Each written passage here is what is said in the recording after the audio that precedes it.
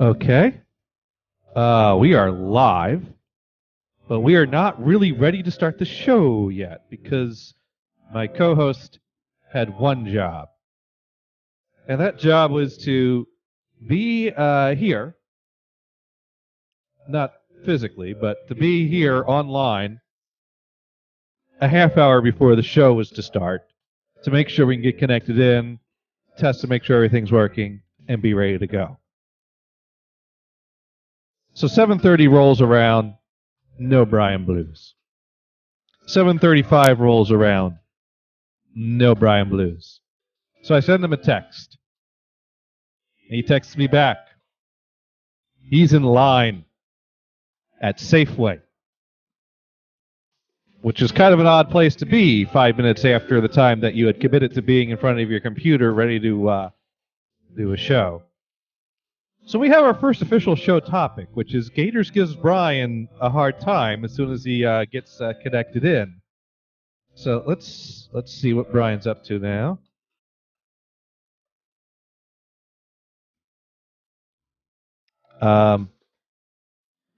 So we're going to try to get him on the Google Hangout so that we could be sharing webcam. And I did email in the invite, but that doesn't mean it works. But that's okay. Because we know how Google is. It works when it wants to. But often it doesn't. And I think we're going to talk about Google some today.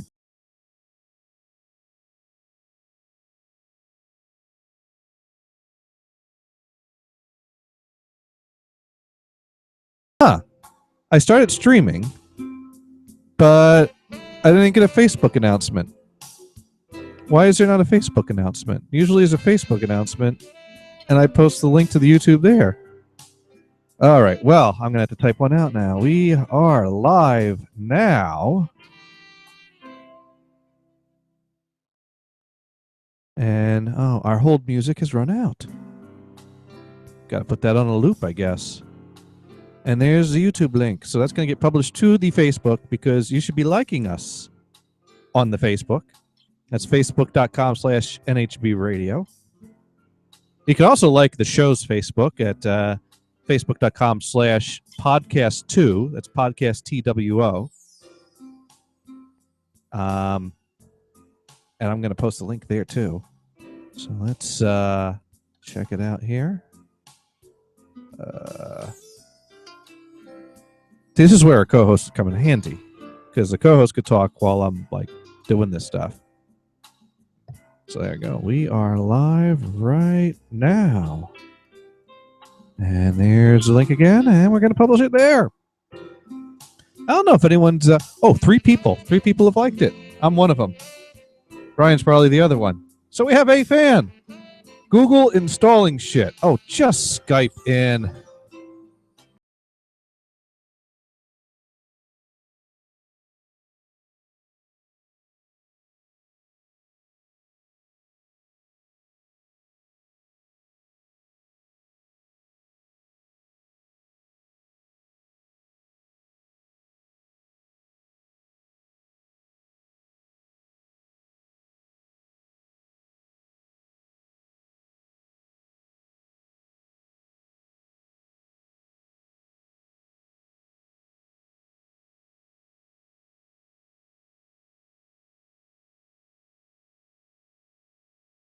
Oh, wow. I think we're going to be getting our co-host here soon, and we're going to be able to actually start the show.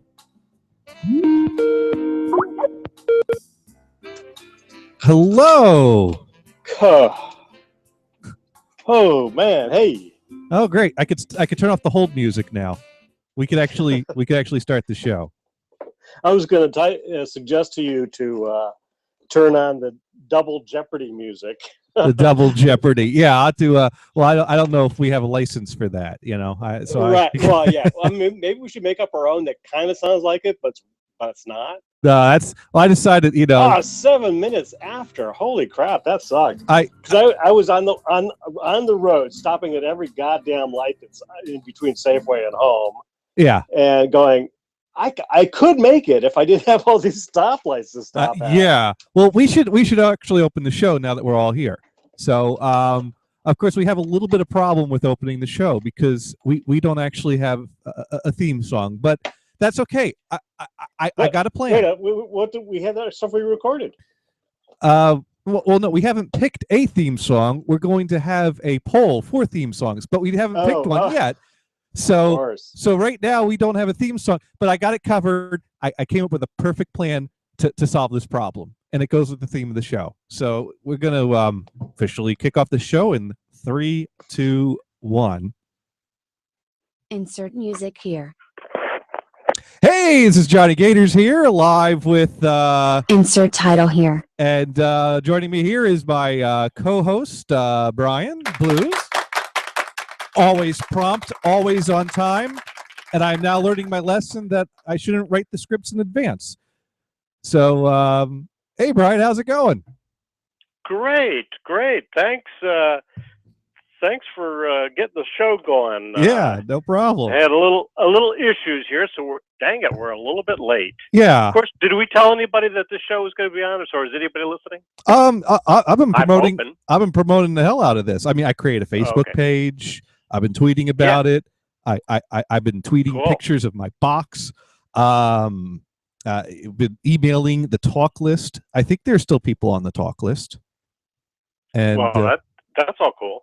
Yeah, but that's all cool. So you are tuned in live. If it is April 11th, 2016, and there are many ways that you could participate and interact with the show, which once again is called Insert title here. And that is you could Skype us at NHB Live. You could tweet us at NHB Radio. You can also write in through AOL Instant Messenger and Yahoo Messenger at NHB Live. You could post to our Facebook wall. And I already said you could tweet us. So I think that covers all of it. Cool. Unless you have a carrier pigeon. But we and we're going to work out an interface with that. Yes, we are. Yes, you are. But you know what everyone needs to be doing that's listening right now? What you all need to be doing is pointing your browsers over to nhbradio.com, which I'm sure is on your favorites list already. So you just go ahead and click on that. And also you can give us a call 984-664-2723. Which kind of going to the webpage reminded me that, yeah, that's right, we do have a number. But if you go to that page, you'll see all the show logos down the right side of the page. And the second one there is a nice picture of a church sign that someone has filled out with... Insert title here. And so if you click on that, that brings you to our show page. There's not much on our show page yet, but there is a poll on here, and everyone needs to participate in this poll because, as you noticed, there was something missing in the opening of the show. And I'm not referring to the lack of a co-host at the start of the show. No, what's co-host got here? There was still something missing. Isn't that right, Brian? That's correct. That's correct. That was the theme music, and Brian and I had our very first show meeting this past weekend. Which was amazing. Brian actually had free time on the weekend to get on the phone. I was like, oh man, this is gonna be awful. I waited till the last minute, and now he's busy all weekend. And I guess you happen to have a free moment. Absolutely. Yeah. I mean, anything for the show, right? Right. Other than being on time, but you know, we're getting there because it was a very productive show meeting, because I was like, hey, we ought to get on before we do the show, get on the line and maybe record something or come up with an idea for a promo, pick out some theme music, kind of make sure we're ready to do the show, kind of discuss it a little bit. And so we got on the line. We couldn't pick a theme song. We picked 3 different songs that we're going to do a poll about. So we didn't get that accomplished. And we didn't actually test our setup, but we got Skype working. But we didn't come up with any good ideas for a promo. But we did agree that, hey, we should probably get connected in a half hour before the show starts to make sure our stuff is working. So the one thing we accomplished at our meeting was that we agreed on a time to meet. And I think you see where I'm going with this, Brian. Yeah, it works perfectly.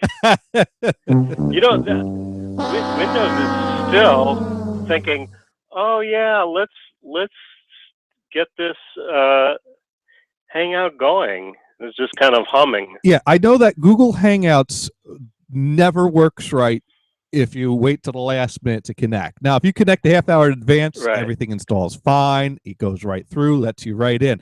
If it's like, oh my God, the show started like 2 minutes ago, come on, connect. We Right. want to install this plugin. Are you sure you want to install this plugin? We just installed this plugin, but we got to install the plugin again because we don't. And I have used this machine for Google Hangouts, but that was quite a while ago, probably 9 months ago. So that just means, hey, you're screwed. So it was like 25 versions ago.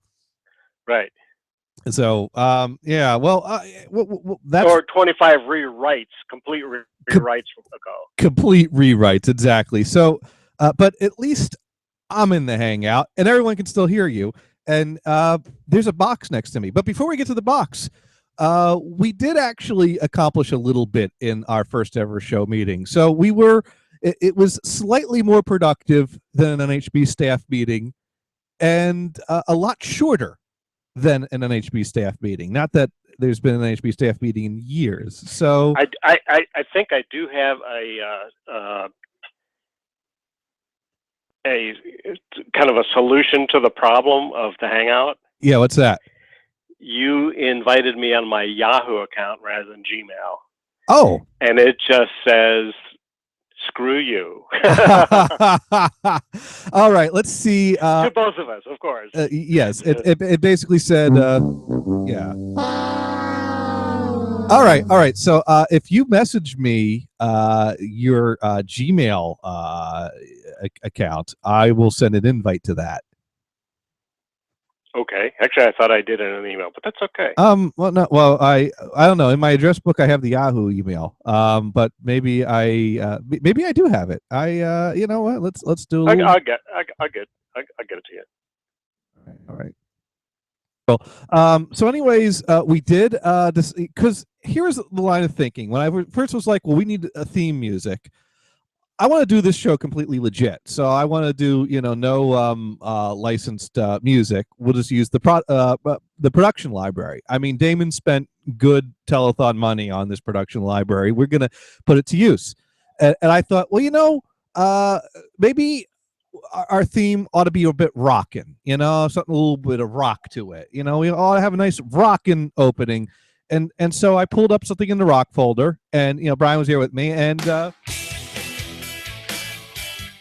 I thought, this would be a good theme. Hey, this is Johnny Gators here, and you are tuned in to Insert title here. And joining me here is my co-host, Brian Blues. Hey, everybody. Thanks for joining in and listening to our fun. Yeah.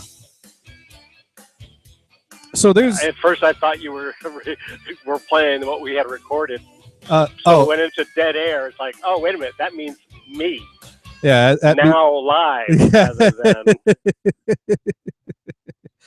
Okay. Well, I can fix that. You got to swing with it, right? Swing with it. So what I really should have done was I should have pushed the... Insert Brian speaking here. There we go. That would have... Oh, yeah. How nice. All right. So I'm going to type in... so that's a... You put a 2 at the end of yours. So there's another person. There is a 1 someplace or a none already. So, I had to be number 2. All right. Well, he's number 2. Now, Dune writes in, go to the gear settings at top of Hangout page on the invite to Hangout, copy the link, and send to him. So I could just send you the link. Although I did just send an invite to your Google account. All right. So we'll see if that works. If that does, we'll go with that. Yeah, we'll go with that. We'll see if that, and if that doesn't work, then I can send you the link. But anyway, so that was option number 1. Now, mind you, there is a poll. If you go to nhgradio.com and click on the the link of our show to the show page, and the first option there was rock theme, so that's the one you just heard. The second option is comedy theme, because after I went through the rockin' thing, I was like, well, that's a nice generic rockin' thing, but is it too generic? We want to try to be funny on the show, and if we're not funny, maybe at least our music could be funny to give the illusion that we're funny, and so I kind of thought we do like this. Hey, it's Johnny Gators, and you are tuned in to Insert title here. And thank you for tuning in. And joining me along here is my co-host, Brian Blues. Hey, everybody. It's Brian Blues here, and thank you for joining us on our show. Yeah. Now, Brian, what meat did you buy from Safeway when you were supposed to be prepping for the show? We got some hamburger meat. In fact, this was an Angus beef. It looks great. Angry beef, right? Angry beef. Angry Angus. Right. I see. Now, what are you going to make with that beef? Not to be confused with Angry Bird. You making some burgers or some tacos? But also, I don't know. It was just on the list. You got to get it today or you're in trouble. I see. I went and got it. Yeah. See, actually what happened at 4 o'clock, my phone ding and says, hey, 1 hour and the show starts. And I go, oh, shit, I better get to Safeway and back or I'm in trouble. Right. That's what really happened. So I ran out to Safeway, grabbed the stuff that I could get, right. Went into the line. That's when I texted you. And then I did some other texts that I found. Oh, okay. So the first one, what did it say? What did it say again? It was weird. You texted me that you were in line at Safeway, and that's why I texted you. Damn it, you had one job.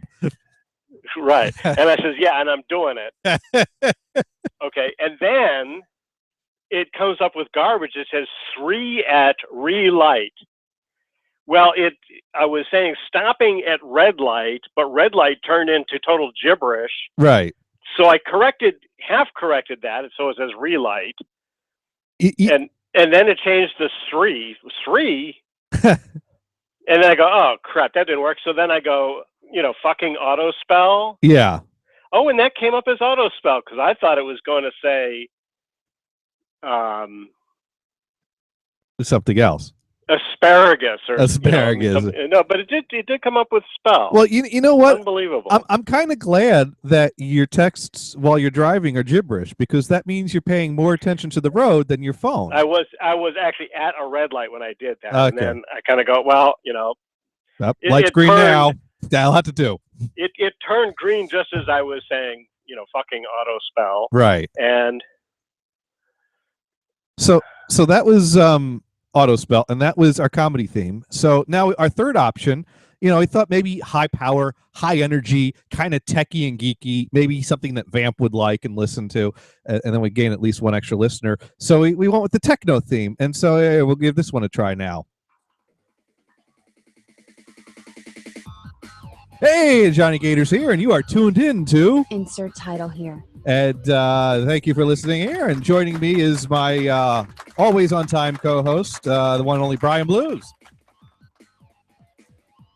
Hey, everybody! Thanks for tuning in. I think I said that before, didn't I? Yeah. I think but you've done this before. We are very grateful. Yeah. And so there we go. Yeah, we're testing out all these themes to give the listeners ideas. So now they can decide which one of those 3 openings they like best. And then we'll see what the poll, because and you got to vote now because we got to have this decided for next week's show. So go to that page now, cast your votes, and hopefully by the end of the show we'll know what we're going to be doing next week. Woodshop writes in, the show's still on. It has not been declared a failure yet. Fantastic, Woodshop. Thank you for the support. There we go. Our first I still message. Don't have the invite for the Hangout in my Google email. In fact, it's telling me, hey, you have a new sign-in from Firefox on Windows. Jesus fucking Christ. Hey, thanks, Google. I could give a shit. Okay. All right. So you haven't gotten it there. That's the thing. This is why Dune has to manually send me the link because they stopped coming through. So here we go. I'm going to send you a link. You would think Skype. that it would go. They would be able to go to Google. Yeah. But You think? And it's a good thing that we're not trying to do this on an iPhone app because it will not work. They will try to bring you into Safari. It's like, what? Why? So the link doesn't actually open up the app. The link opens Safari, which then says, "What the hell are you trying to do?" Oh, it says here, link here. What, from Safari? It's like, are you joking me? And of course, that doesn't work. So no, that's too bad. Yeah. All right. Well, I sent the link through Skype, but I don't know if you're Skyping on your computer or your phone, so that might not help I'm either. Skyping on my phone. I see. So the link's useless there, as we're just discussing right now. All right. So how? Now Skype might work, but not for that. No. But if you logged into Yeah. Skype on your computer, you'd have the best. You know what? I could draft an email to your. We're getting pretty close to failure here, Woodshop. All right, here we go. I'm going to put in the subject line. Here's your fucking link, Chumpy. And at this point, no alcohol has been consumed. No, right? But I am drinking coffee out of my big Boise mug. Oh, there you go. And I could show off my big Boise mug now because I don't care. There you go. There you go. There we go. Of course, if I could get into the Hangout. Oh, don't die now. The Hangout came through. I'm choked up. Getting all choked up here. Well, I sent an email to your Gmail account with a link in it. Please wait. Please wait. Please wait. So, but anyway. Now I get a chance to install a plugin again. Oh boy. This is while you're installing the plugin, let's kind of talk about how this show came about. I mean, because we talked about how we had a show meeting, but what happened? Well, I wasn't trying to give up a show. I was trying to transition to something new, and the something new turned out to be a big fat failure for multiple reasons, most of which consisted of, when I tried to stop doing Saturday shows, everyone and their mother was around on Saturdays getting me to do shows. And by everyone and their mother, I mean Emily. And then what happened? Well, no one was around on Saturdays. Mars has a social life now, and I guess all his friends do as well. And no one's hanging out on Saturday with me. So and I don't do solo. I just don't do shows solo. So that kind of turned out to not be a viable option. And I was like, oh well, what am I going to do now? I've had a nice break, but I want to do a weekly show again of my own. And I was counting the cat pictures that were coming through on the Twitter from the retweets from Brian, and I'm like, well, here's a guy who wants to do a show. And besides, I talk to Mars online. I talk to Dune every week. When do I get to talk to Brian now that we're not doing a show together? So I was like, I'm going to give Brian a call. And so you got a random text from a random phone number that you had no idea who or what this guy was. Yeah, this dude in Vermont. Shit, I don't know anybody in Vermont. And you still don't know anyone in Vermont because exactly. I just have a Vermont phone number. But you were really cool. I decided to play call. I was like, I don't think he knows this number, but I don't want to pretend, like, hey, it's Johnny here. And he'd be like, yeah, I know who you are. So I just like, hey, dude, you busy? And he wrote back, no. It's like, all right, okay, if I call, yeah, sure. So I call, and I figured, let's see how long it takes him to recognize my voice. And you figured it out pretty quickly because I've got a pretty unique way of talking. So we made it. Yeah, I'm on the Hangout. Oh, there you are. I see you. I think I'm going to disconnect from Skype because I get this wicked echo. This is woo. There we go. That takes care of that. But are you still there on the Hangout? All right. Oh, there we go. Yeah. So now I hear you on your mic.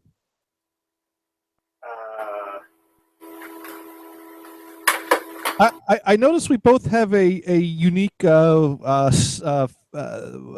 interior design method. Oh, you're only seeing the good part of it. I could say the same. Oh. Hey, So now I'm switching the headphones over to the computer. okay. I'm just realizing that, wow, this is going to be a smooth move. Yeah. Well, while you do that, so let me just kind of talk about as we discussed this. I kind of realized this is actually a pretty cool idea because what this gives me an opportunity to do is to really start over, really start from back to basics, back to the beginning. It's a new show. And yeah, Brian's been along for the show before, but he joined in a established show that we already had our inside jokes, our methods or whatever. This is back to two hosts just starting a show, just the two of us. We kind of have some ideas, but we don't know where the show is going to go. It's brand new, and I kind of like this idea of starting over, back to basics, back to just two guys, two microphones. And I ditched the old sound effects that I've been playing for 10 years, with the exception of The Price is Right lose in the studio audience. And we might geek out a bit because we both like to geek out on stuff. And I think we're going to be talking a bit about Raspberry Pi project ideas. And I believe Brian built a theremin. I think he's going to talk about that. Yeah. And I've been playing with my hard drives. And I'm going to try to talk about that in a humorous way without it getting absolutely boring. And I got a woot bag of crap. A woot bag of crap. We have so much going on. It's amazing. Yeah, and we only have to fill 2 hours because we're lazy. We're only doing 2 hours. And this stupid thing isn't switching from speakers to my headset. Oh, well, if you click on that gear wheel, the settings wheel up on the top there, that lets you pick your webcam source, your input source, your output source, and you want to set that to, you probably want to set it to studio because that'll make the sound there it is. better. There's the gear. Right. Yeah, so we are getting. See, this is what we were going to do for the half hour before the show started. So really, you get to see behind the scenes. Testing. Do you hear me? It still sounds like your laptop mic, though. Oh, it does. Well, I don't know. Scratch the microphone. Little scratch test. No, I don't hear a scratch, so I think it's still picking up your laptop mic. Oh, okay. Yeah. Yeah, but I'm sure at some point. So you want to pick whatever the headset is for both of those drop downs, and then also set the other drop down that says voice set studio. I will set the live. Leave call. Ooh, no, you don't want to leave the call. I'm sorry. What would you just say? I said no. Don't leave the call. No, the other thing here. Oh, the what?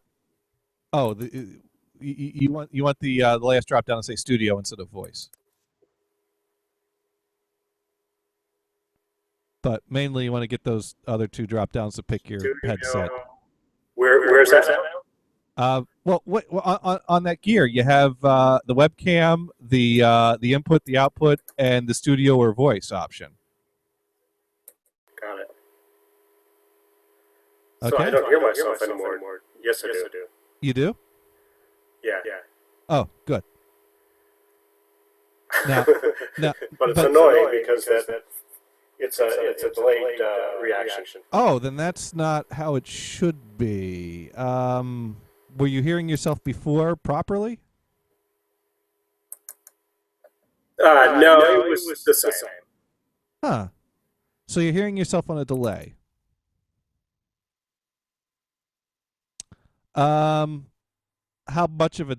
Yeah, that's not how it should be. You see, the thing is I'm doing this with a mixing board, so what I'm doing is I'm not sure how to do this with a headset without getting a delay. Right. I was expecting that it would just automatically work right because a lot of people use headsets and they don't want to hear delays, but they want to hear themselves. I'm probably hearing the comeback from the real, the deal, so I can hear you. Well, you shouldn't be because I shouldn't be sending you back. I specifically set up an alternate mix that you're not in that is sending. Oh, actually, talk right now. Let me just verify 1, 2, that. 3, 4, 5, 6, 7, Okay, 8, I am 9, sending 10. you back. Okay. Why am I sending you back? I shouldn't be sending you back. All right, so I should be line 5. Oh, fuck's sakes.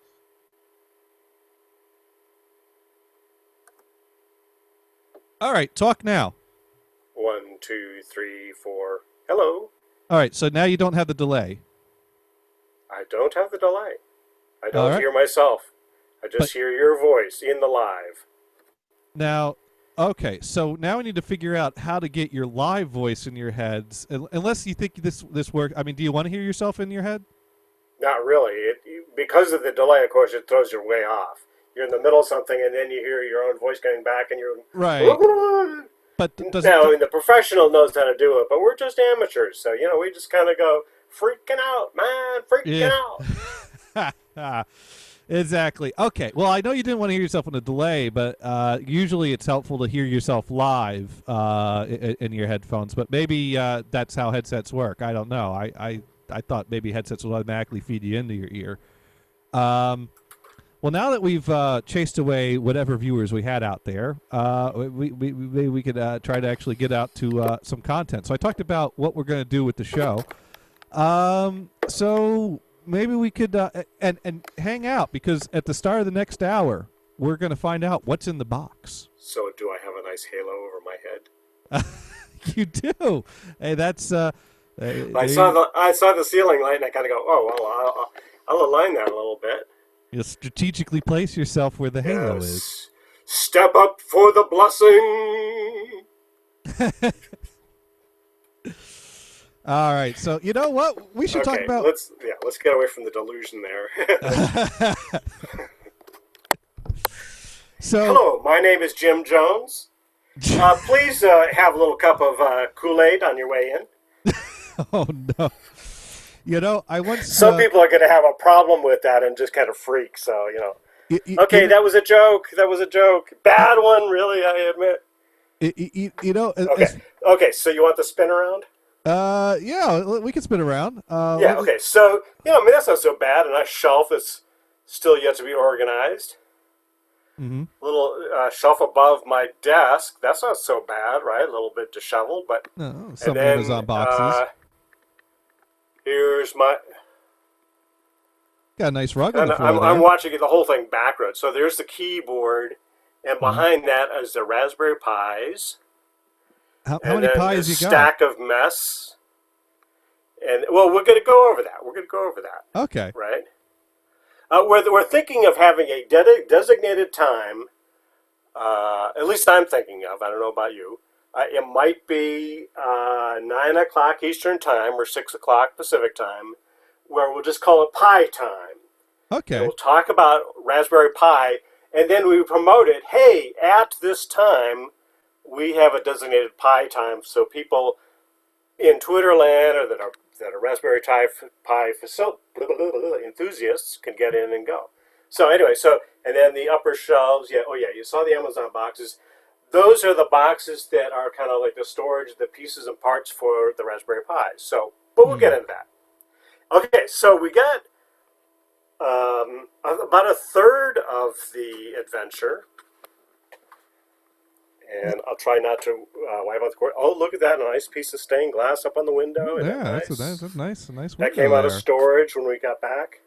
Nice. And then here's the desktop where we do some magic and soldering and all that kind of stuff. Right. Okay. And here's my little rack of, it's got the phone there. It's got the routers and all that crap all up. Wait, you still have a landline? Vonage. Ah. Oh, okay. Yeah. That's okay. Yeah. And, that's what I was using when I was in Singapore. I see. Okay, well, so works. then, now we're about halfway through the adventure. And then, want to see the other half of the room? Okay, let's check out the other half. Take a deep breath. All right. I don't think we're going to get a wide enough view. Well, I see lots of boxes stacked up. Yeah, it's And mostly boxes. oh, I see. Oh, you still got these stack of Quite the boxes. stack of boxes. Yes. So I'm my standing area. You can kind of see where I'm kicking. I've got this little. Am I claustrophobic in here? Oh yeah, you bet I am. Yeah, well, I've got the let's see, that's the stack of CD collection, and back in the corner behind the records that are to the left. I mean, you see two shelves. I got the records all unpacked and on the shelves, but Are those IKEA shelving units? yeah, they those are nice. Yeah, Yeah, because they limit the one little cubicle to a certain number of records, right? right. So yeah, no, I like that. I got two of those. Yeah, I bought those. Heck, I bought the first one in Oakland, and then once I got to Hayward and I had room to build a second one because I still had like half my record collection in boxes, I bought a second one, and I had it on alternate sides of the wall in that room. This room, I don't really have the option to do that because over there is the door. Next to the door is the stereo rack with a turntable on it, and then over there is the world's smallest closet. Yeah. So. Oh wait, you know what? I just realized I'm showing you the room, but I stuck the camera on you, so that during your tour everyone would see your camera even if I talked. But all right, so here we go. So the record's over there, stack of CDs over there, clutter on the shelf. Well, did you have me on full screen? Yeah. Oh, see, that's odd. This whole time I've only seen you in the full screen and myself as the little postage stamp. Well, yeah. The way Google Hangouts works, which this could be educational for our listeners, is that the person that's actually streaming actually sees full screen what's going out. So that way I know when it's switched to you. Whereas other people that are in the Hangout, like you, since it's just you and me, you just always see me. So that way for you it's just like having a conversation with me, unless you want to switch your camera view. But that seems to be the way it works. Now, I have control to basically just hold it on your camera and only send your camera out. So while you're giving your tour... Oh, I see. I thought it was just automatic and nobody had any real control. Well, it's usually automatic, and right now it is set to automatic, but I do have the control to override that. Right. Oh, that's cool. Yeah. Okay. So, but yeah, just to give the... you see, I got... boxes there, I got other boxes behind the desk there. I got a lot of boxes in here too. I'm a little claustrophobic as well, but I did get the speakers all set up as you saw because I got my priorities. Of course. Yeah. So yeah, but you know what? We do need to geek out a bit because I'm thinking, I want to figure out the best way to make a media server. Or to organize my music collection into a media server. And then I'm thinking, if I get a Raspberry Pi, what's the best way to turn that into a streaming device to stream the music that's on the media server? And you know me, I've got a little bit of everything. I mean, heck, on that shelf behind me, you see cylinders and 8-track tapes and 45 carriers. And a box of 8.5-inch floppies, but not that those hold music. Although I guess you probably could hold like a 2-second MP3 on one of them. But I had to find a drive that would. Yeah, but no, I've actually been. I reached a point. Like Brian, you got your closet that's filled with all kinds of clutter, right? Yeah. Yeah. Now, like that closet that you have that, like, it stays closed, and if you ever have something that you need to stuff in the closet, you got to really plan how you're going to open up the door, throw the stuff in there, and close the door quick enough before everything kind of falls out of the closet onto the floor and makes a big mess. You have... I know the feeling, although I try to avoid that aspect of it. That's what my hard drives have become. Oh... And I know that too because I have quite a stack of hard drives as well. Yeah. In fact, one of the boxes, I think, right there, I think I pointed at a box that was hard drives. Actually, it must be. Oh no, yeah, it is. It's this big white box that's on the top of the shelf. It doesn't say anything on it because the label is pointed the other way, but that's hard drives. It's all hard drives. All hard drives. Yeah. Now I had to actually do I mean, some of them are, big, whopping Yeah. 400. I bet you I have 250 megabytes. Wow. I got some oldies. Yeah, those are. Yeah, I got some oldies too, but my oldies are like 320 gig drives that are basically just sitting there because they do have old shows saved on them, so they're kind of like an emergency backup in case like my terabyte mirrored pair breaks down. Because I kind of realized how this happened. I mean, when I bought my first computer, it came with one hard drive in it that was 1.2 gigabyte, and I was like, "Holy crap, a gigabyte!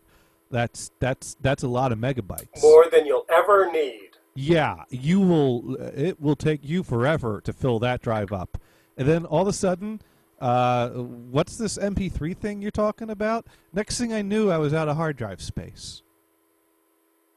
So at some point, I had a 6 gig hard drive. I think that one died, and I replaced it with an 8 gig hard drive. And at some point, I realized that it's best to have a separate hard drive that you store things on than the hard drive that you install Windows on. And at some point, I had a 320 gig drive, and when that ran out of space, I bought a second 320 gig drive. And this is before the days of backing anything up. So if those drives died, I would have just been toast. And at some point, terabytes started becoming a thing, and I had like 3 or 4 1 terabyte drives. And I was always juggling those around, and I tried to set those up as mirrored pair, but that didn't work out. And then I bought a 2 terabyte drive. And the thing is I think this dates back to the 320 gig drive. When I bought a terabyte drive, I copied the data from my 320 gig drive onto the terabyte drive. When I bought the 2 terabyte drive, I copied what I had on the 1 terabyte drive over the 2 terabyte drive. I started storing other things on the 1 terabyte drives I didn't need access to all the time. And then I bought a mirrored pair of 3 terabyte drives, and I was going to make that my music server. And so that was like, the good closet. Don't let the clutter from the bad closet touch that, because this is orderly. And that was that. And then I bought 2 new 4 terabyte drives. And I dumped. So what you're saying is there are some delusions involved in this whole process. Well, no, the good drives, the bad drives. Well, they're going to be totally segregated from each other without any problem. Those type of things. And for the most part, I adhered to that, because for the lifespan of those 2 3 terabyte drives, it stayed nice and orderly. And then one of the drives died, which is why you have a mirrored pair. But luckily, I still was under 2 terabytes of used space on that drive. And I had an external 2 terabyte drive that I just kind of was kicking around for whatever I needed to, take it on the go. And so I backed up my music collection of that. And then the other 3 terabyte drive died. So basically all my music was being stored on a 2 terabyte external drive that had no backup anymore because I lost both of those 3 terabyte drives. And so, now I've got 2 4 terabyte drives, one of which was for storing like images and stuff like that, and one of which was where the closet kept progressing to. I kept on buying a bigger drive to just dump this closet into, knowing that I need to delouse the closet at some point in time. And I lost my music storage, and it's been sitting on the emergency backup for forever. And I'm thinking to myself, well, gee, I guess I need to buy another drive for the music stuff. And mind you, I have 2 5 terabyte external drives. That's why I'm backing up the 4 terabyte drives too. So that way I have redundancy there. Because I don't like mirrored pairs. I think mirrored pairs make the drives too active and kill them, because those 3 terabyte drives died way quicker than any other drive of mine died. And I do know that they had, every now and then it would fall out of sync, and it'd have to resync, and it would take forever. Do you have a favorite brand that you use? I used to use Western Digital. I lost a few Western Digital 1 terabyte drives, and so I switched back to Seagate. And I've been and both those 3 terabytes were Seagate, but both my 4 terabytes are Seagate as well. But the 4 terabytes I'm not mirroring. Like I said, I just ever used what used to be IBM is now Hitachi, the Desk Star, or the Death Star is what people like to call them. To give that Star Wars theme.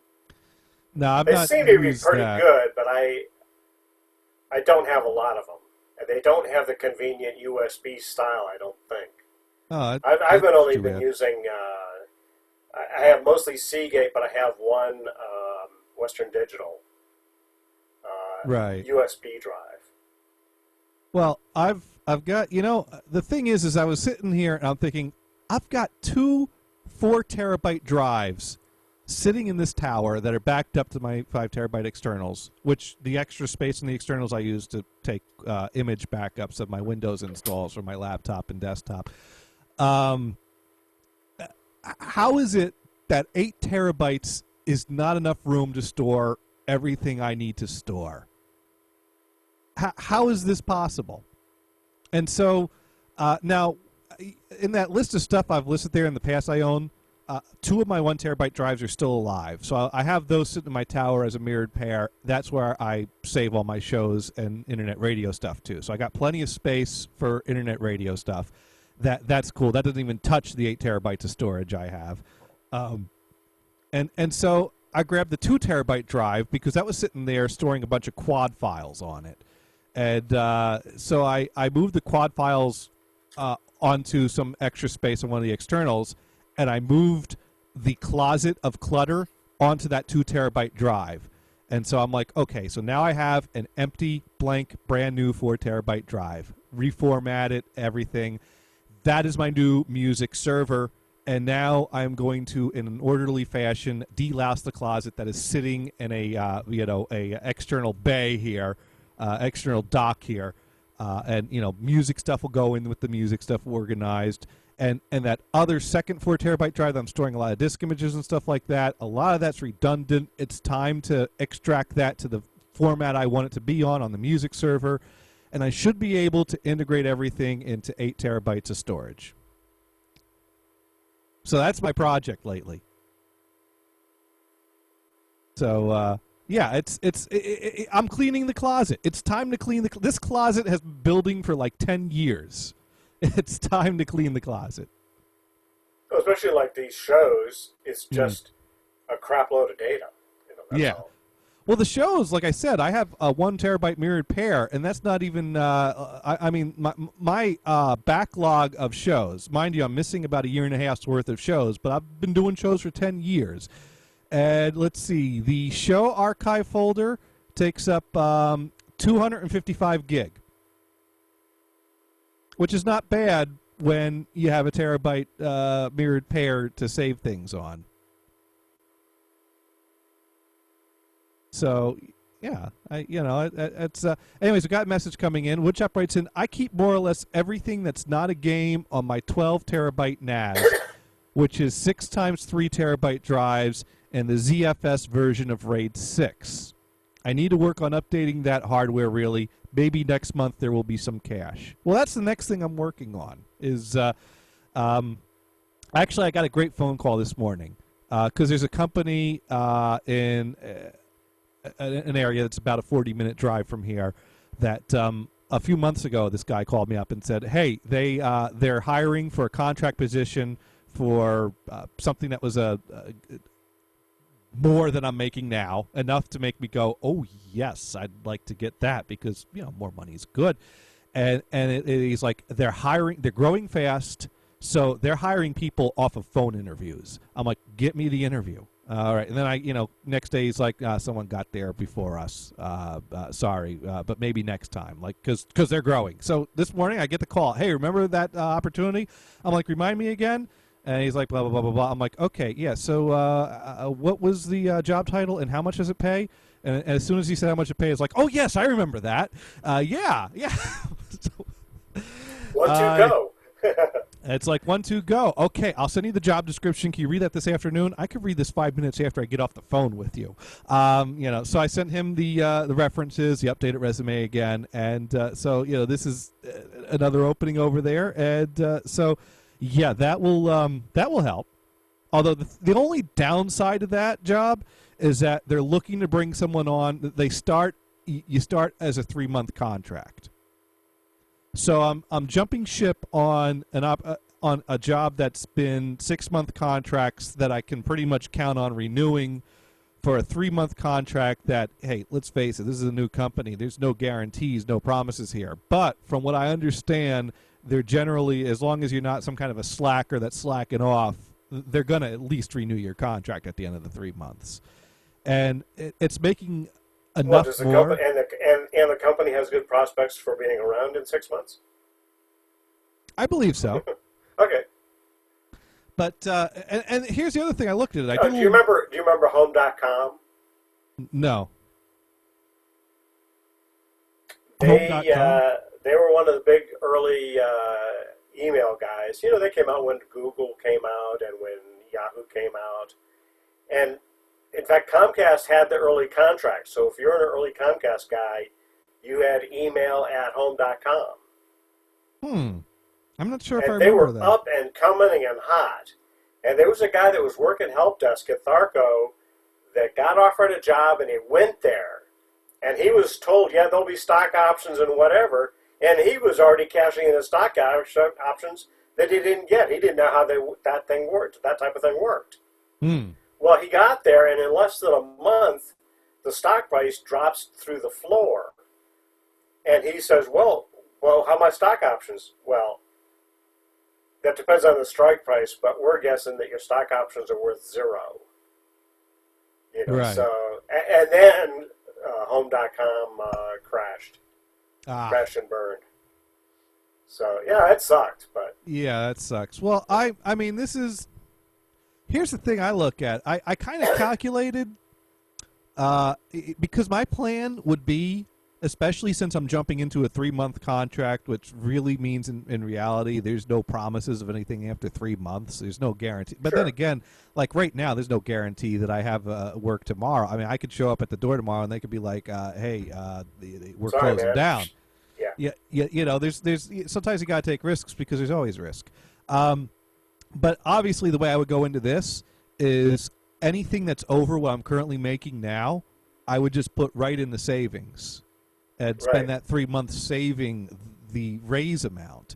And that would, you know, at the end of the 3 months, worst case scenario, I'll put away the extra money I made to, you know, get me through lining up another job, which I feel pretty confident about, you know, reaching out to the recruiters in the area and getting some kind of a contract going rather quickly.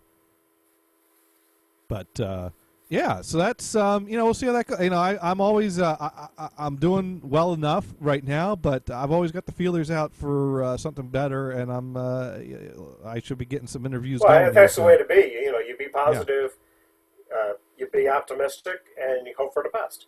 Yeah, exactly. You know, things don't always work out, but then again, sometimes, well, they do. Yeah. Yeah, so. and they got to work out. But right now I'm really setting my sights on. You know, I've been having a blast hanging out with Gothard up in Bennington, Vermont, and I'm thinking like, well, here's a place I would not mind living, and you know, because you know me, I had my sights set on Maine originally, and then Gothard left Maine, but I still love the area, but there's just not much else for me up in Maine. But Vermont, very scenic type of place, kind of a remote type of place. And Bennington, not too far from civilization. Bennington's an hour commute from Albany.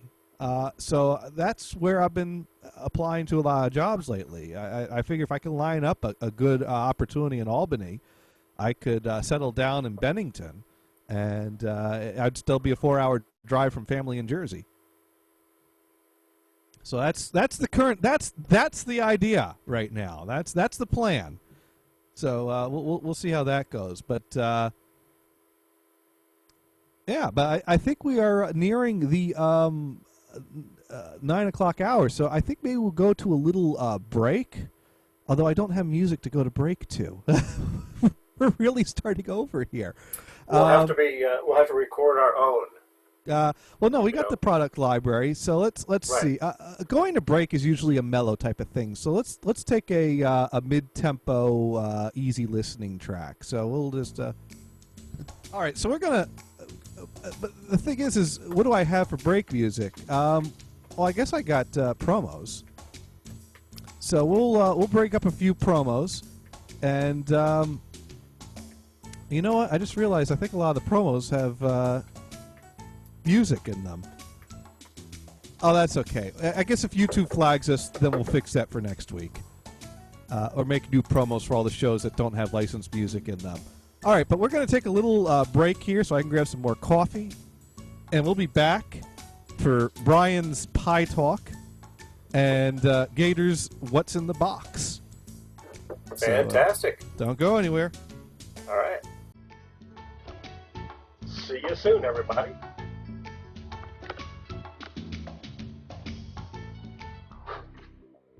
Oh, no, you got that wrong. I love balls.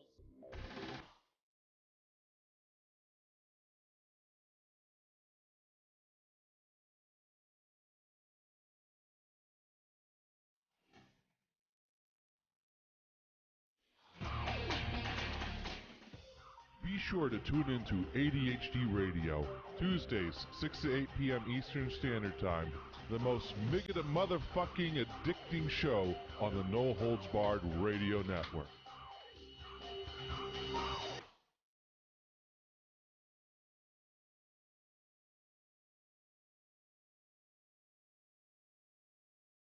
Did you mute me up? Oh, there we go. You cut my Wi-Fi off. Yo, this is Dune from the Dune and Bob Show. You're probably wondering what all this racket is in the background. Well, with the way the gas prices and the economics have been lately, and basically everything else Obama has done to us, I've had to take on a second job. Shh, don't tell anybody, but I'm a nighttime DJ at a club. Hey, oh, hang on a second. No, hey, look at the sign. It says absolutely no requests. Yeah, leave the DJ alone. Yes. Thank you. No, I am hang on, let me get my card. I am constructing a mix out of songs to create a vibe/journey/musical experience outside the catering to an individual's desire to hear my song, if you know what I mean. If you can't live inside the music, you should just stay at home and listen to your iPod. Requests are for scared, musically uneducated dweebs who have no desire to learn about new, good tracks or experience the art of modern EDM. There. Jeez. Oh. Okay, she's gone. Hey, by the way, just to let you know, a little secret. I found out that DJs really don't do anything. All I'm doing is just replaying something that Vamp recorded like a month ago. It's really simple. That's why I can't do requests. But listen, I was sworn to secrecy by the DJs of America Club. Geeks even made me pinky swear to it. God. So anyway, Dune and Bob Show, Sundays, 6 to 8 Eastern, nhbradio.com. Be there.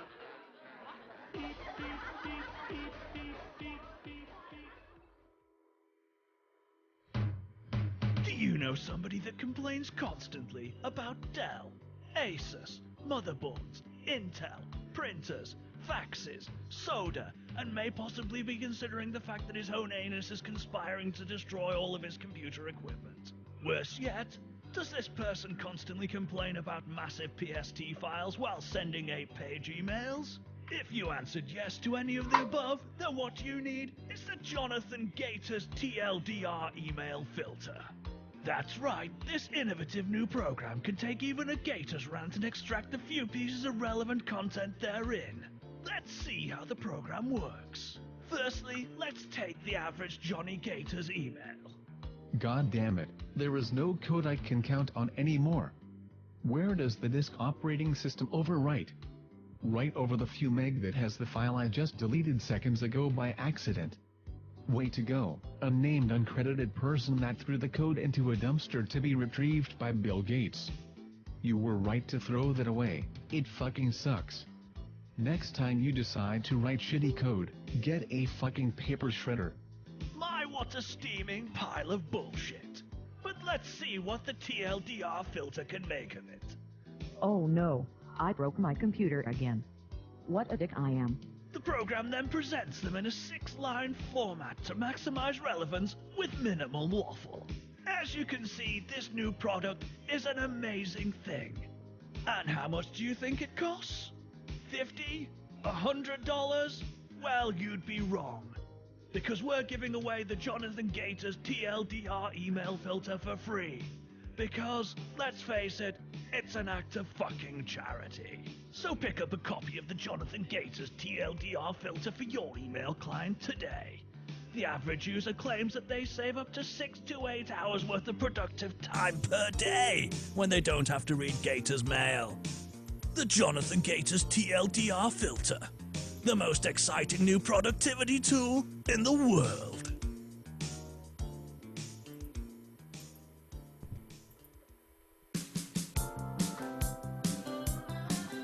And we're back from that little break there. Way to go. Yeah. So, and while I was gone, we got a comment on the Facebook announcement asking, how do I keep getting Woot boxes? Because Teresa there has been trying since 2008, still hasn't gotten one. And, I guess I've been trying to get them since 2008, because the first one I got, I was in Oakland. But I'll tell you, I've missed out on them far more often than I've gotten them. It's just been luck.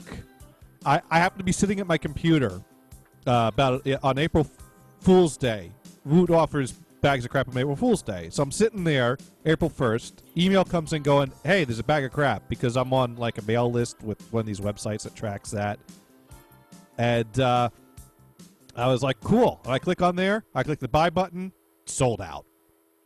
So I go back to playing PlayStation. Come back here. New email comes in. Hey, there's another bag of crap on Woot. Click on it. Click on the buy button. Holy crap, I got it. And I'm like, what, 3 of them? Wow. But, yeah. But anyways, right around now is before we go to your Raspberry Pi thing, I just want to give a little update on the poll. So far, we do have one of our themes that is in the lead. It turns out right now, the rock theme is in the lead with 1 vote. One vote could be 100%. That is 100%. Only one person has voted for the rock theme. So you want to get on over to nhcradio.com/TAH, because I haven't updated the show page. I just changed the content of it. I should probably ask Rico to fix that. But right now it's nhcradio.com/TAH, and you can vote for which one you like. This is the rock theme. This is the comedy theme. And this is the techno theme. And I think, if anything, we'll keep this going right now, because Brian, you're gonna geek out a bit right now, you're gonna geek out a bit right now, isn't that right? Yeah, let's call it pie time. Pie time it is. Hashtag pie time. If you want to comment on this. So let's say, what is a Raspberry Pi? A Raspberry Pi. Well, it's got a nice flaky crust and nice fruity. Flaky crust. Oh no, not that kind. The techno type. The geek. We're gonna geek out on this. Heaven. Okay, so it is a tiny single board computer that has all the functionality that you'd want of any standard motherboard. Mm-hmm. So you got the current models have quad core ARM CPUs. They got the Pi 3 has a Wi-Fi. They have Ethernet jack. Obviously, of course, a power supply jack to plug in a power supply, because you're just buying a motherboard, so you need to add a power supply. It's got a jack for an HDMI monitor. They've just decided they didn't want to do with VGA. VGA is dead. Right, and you can do sound on the HDMI too, right? It can do sound. I haven't tried that because my monitor doesn't have sound. So my next monitor will have sound. There you go. Or I may plug it into a TV to see what it looks like on a nice big TV. Or what you could do is you could get a receiver and plug the Raspberry Pi into the receiver, and then the output of the receiver into your monitor. Right. Now it also has 2 built-in paths for video and sound.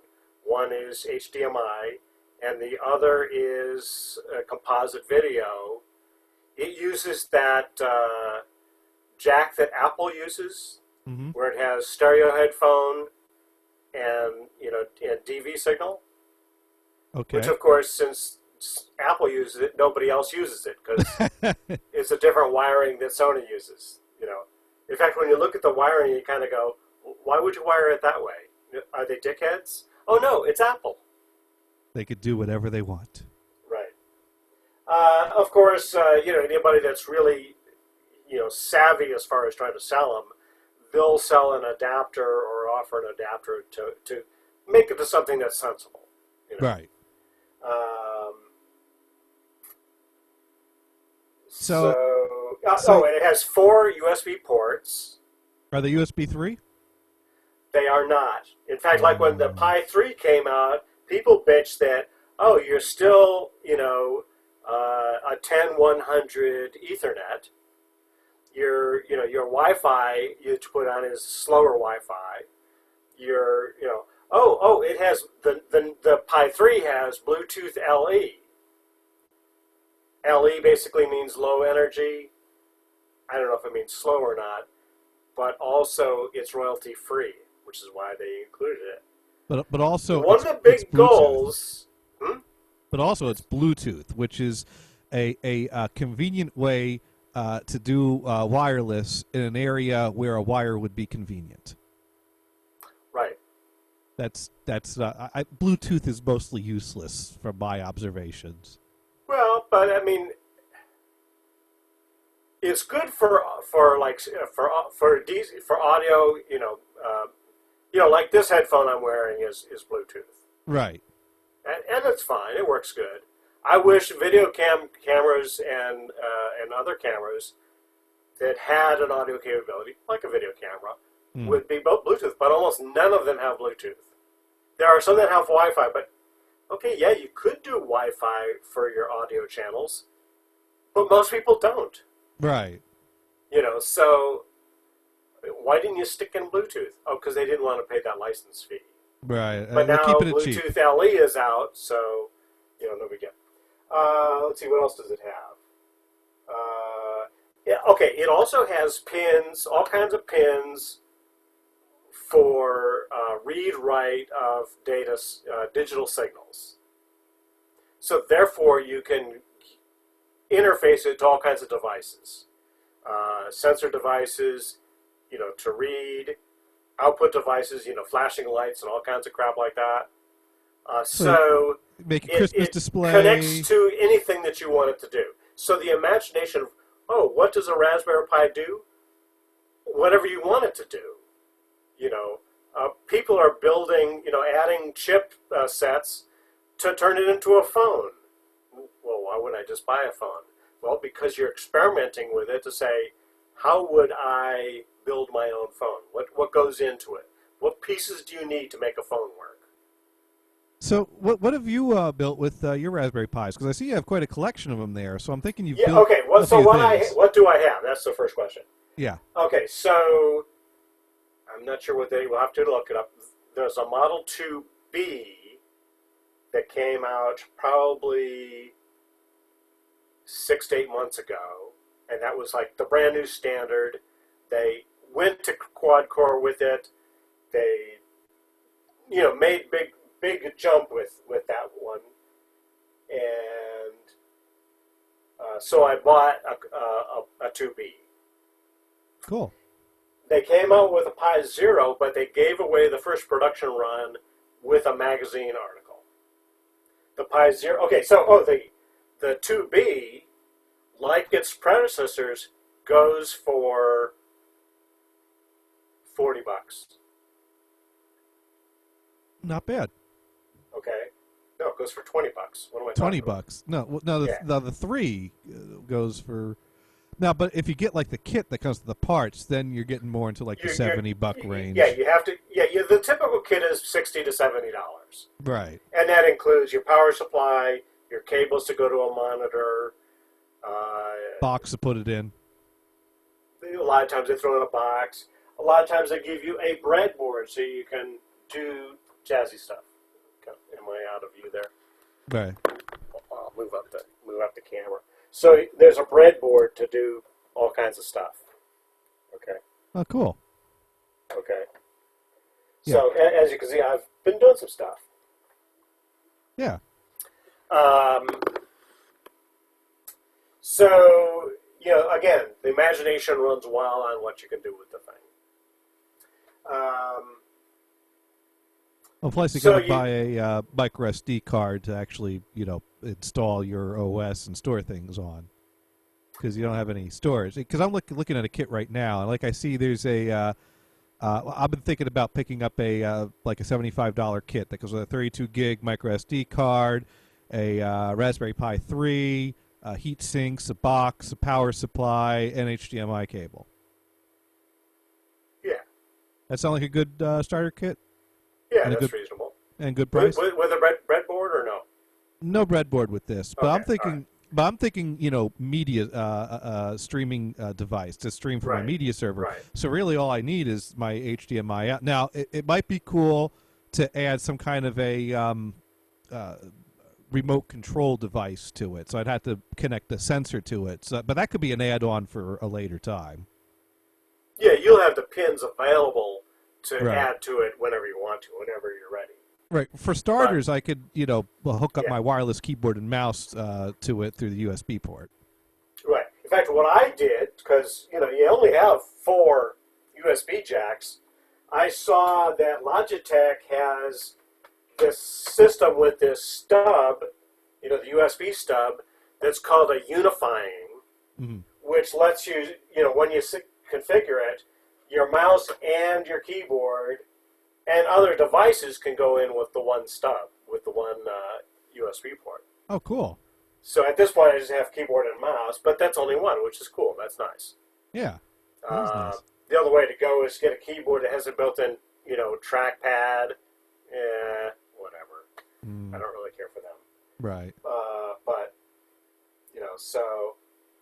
and now I had to go to a Windows machine, plug the keyboard unifying stub in there, download the software from Logitech, and on the PC, the Windows box, configure it to say, oh yeah, by the way, this mouse belongs to this stub. Right. So it programmed it on a Windows box, and then I moved it here to the Pis. And I just use the same one for the different Pis. Okay, so let's go to what I've got. So originally I got a 2B, the older version. Right. Then I got a 3, and I got a second 2B. So I have 2 2Bs and a 3.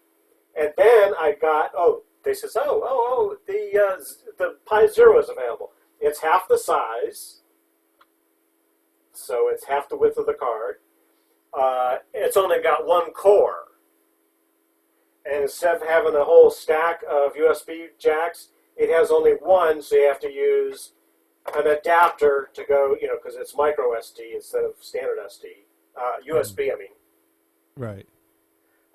So the Pi Zero is like your light version. It's small, yeah. It's not very powerful, but it's good for something that doesn't need the power. And the that card you want goes to be small. for $5. Oh, cool. So people are really excited about it. In fact, even still, so the first production run, they slapped it on a magazine cover and distributed it to the subscribers. Second production run, went this way, that way, the other way. I think I'm probably at third production run. The vendor that I like to use has a little notify button. They notified me. I went in there. Yep, I got it. I grabbed it and bought it. Cool. Although they didn't have any that they sold as just the card. They sold this there was a budget kit and then a bigger kit. But the budget kit includes the adapters you need to go to, standard HDMI, standard USB, and then I added a little hub, and and it included a power supply. Well, that's cool. Which I didn't really need that, but because I go to these other USB. Now the point of this is you have a really small thing that has enough power to do a lot of basic things, and maybe not even basic things. And that's a small part you can build something with. And one thing I've given a thought to, and this is like your complex project that requires some brains. Well, not really a whole lot of brains, but more of it's involved. because I've been talking about my music server, and one of the big things is I'm trying to store all my music in some kind of a consistent format. And you know me, I'm nuts about surround sound, and the music server is great for home. And if I want to go on the go, I could convert my stereo music into MP3 and throw it on my Zune or whatever, and I can grab my Zune and bring it in the car. But I like to listen to surround music in the car. And right now, the only way you can get surround music in the car is by buying outdated systems that can play DVD formats, or there's a few Sony units that do SACD. And so I do have SACD playback and DVD playback in the car. So I basically have to take my surround music. Now I could grab my SACDs, bring those in the car, throw them in. But if I've got my FLAC files on my computer, I basically have to adapt that to a disk format and burn a disk for surround sound. And I'm thinking, well, this is such an outdated way of getting tunes in the car. Nowadays, you dock your iPod, or I'm thinking modern car systems probably have USB jacks on them now that you could just plug in something with files on it. A lot too, yeah. Now, could you build a device that will plug in the obviously you can build a Raspberry Pi device that you plug in the USB and it'll read your media on there and play it out the HDMI. But now I got to tie that into something that gets into my car and is powered by my car. So actually, that's that's, there you go. Build me a head unit with a USB port that outputs surround sound into my wiring harness on my car. Well, I mean, you did touch on it, and that is you can get a iPod, an iPhone, or whatever, and just plug it into the car and go, right? Well, no, but the iPod isn't going to output surround sound. I'm thinking more well, I mean, like that's the step one is you plug it in to go. I'm and thinking you're connected to the device. You're charging the device. You're getting data from the device. Mm-hmm. The next step would be, okay, let's get these other layers. And the answer to that is, I think it's all possible. I'm guessing that some of it's already been done. It's just that I'd have to build. I mean, because the thing is, you got to take your Raspberry Pi, and you got to format it with the right software, and you got to make it. But then you got to have a control panel that doesn't require staring at a monitor. So you got to build some interaction device there. So let's look at one of the other things that already are out there for the Raspberry Pi. Mm-hmm. One of the outfits is adafruit.com. Okay. And they sell all kinds of add-ons, including touchscreens. Cool. So basically you can say, oh, I can take this Raspberry Pi and turn it into a tablet device. Just by getting the touchscreen add-on. And get some kind of an easy-to-operate touchscreen. See, the thing is the touchscreen, I like buttons and knobs. There's a simplicity to that. Oh, yeah. No, I get that. I mean, you could take keyboard and mouse or a traveling keyboard and mouse type of device with you. Well, no, I'm thinking more like a text display and like two knobs. Well, the touchscreen could give you the text display. Okay. But it doesn't have to be touch screen, and it doesn't have to be like a color screen. More of a text display, like the calculator line that does letters. And you can do that, yes. So you use your thing to scroll through and hit enter. But you know what? We're getting too. I think we have to limit our time to our Pi Talk segment here. Right. But I mean, we're just opening up the ideas of what's available. Yeah. But I mean, you could explore the products on Adafruit. Now they support other micro controller devices and single board computers. Right. By the way, single board computer and microcontroller device, the only difference really is the microcontroller device is designed usually it's designed for a single task. A lot of times a robot will be running on a microcontroller rather than a single board computer. Here's where it gets gray. Raspberry Pi, which is a single board computer, it can also do all of those microcontroller tasks because it has the pins to the real world devices. So you see people have Raspberry Pis that are running computers. Okay. Right. Before the Raspberry Pi, everybody was going to a device called an Arduino, which is a single board computer, which is a microcontroller. In fact, you can't put a keyboard and a mouse to it or a screen. You program it by your Windows, you send the code to it, and then standalone, you execute that code. And it does that one thing that you told it to do. So okay. that's what an Arduino is. And Adafruit sells a lot of Arduino products as well, and add-ons for Arduino, because they're into that real-world stuff. It's just that a lot of that real-world stuff is bleeding over to Raspberry Pi now. So. Well, we got a message coming in. Woodshop writes in, I would suggest using one of the Supermicro 8-core Atom server boards to run Unraid with massive storage that can also run as a hypervisor for the media servers. Unraid not free. Then you can use one of the XBMC HTCP Raspberry Pi front ends to get access to the media on the Unraid. Car is a bit harder. Now, here's the thing. I was thinking of... I see what he's saying, and I think I have to agree with him. Yeah. Yeah. Now, here's what I was... He's on the right track. Now, you could say... Well, one thing you'll have to find out is a Raspberry Pi going to be a good device for streaming data? And let me just add you this. I've been playing around, with this thing for a while, and I'll use the Linux version of Firefox. It's called Iceweasel. Okay.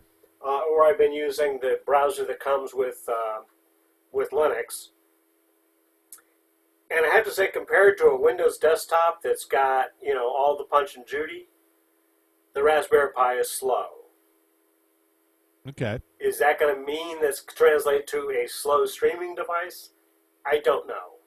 Well, I'm thinking... But since you're doing the one thing, it might be fast enough.